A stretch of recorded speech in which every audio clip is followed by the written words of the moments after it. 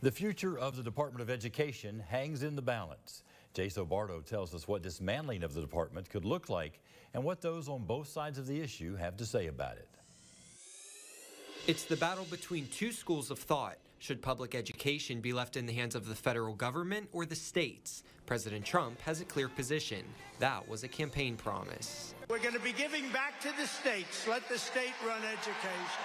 With Linda McMahon becoming the Secretary of Education in a party line vote on Monday, the possibility of dismantling the Department of Education is one step closer to reality. It was very clear that privatizing education and dismantling the department was one of her goals. So that was a little disheartening. Those who oppose the executive order by the president to do this say the effects would be detrimental. KY policy estimates that if the Department of Education closes, we could see a 16% budget reduction in Fayette County Public Schools, which is about $29.7 million from the Department of Education. It could mean 217 educator jobs. We have a shortage of teachers and they're all employed by the state.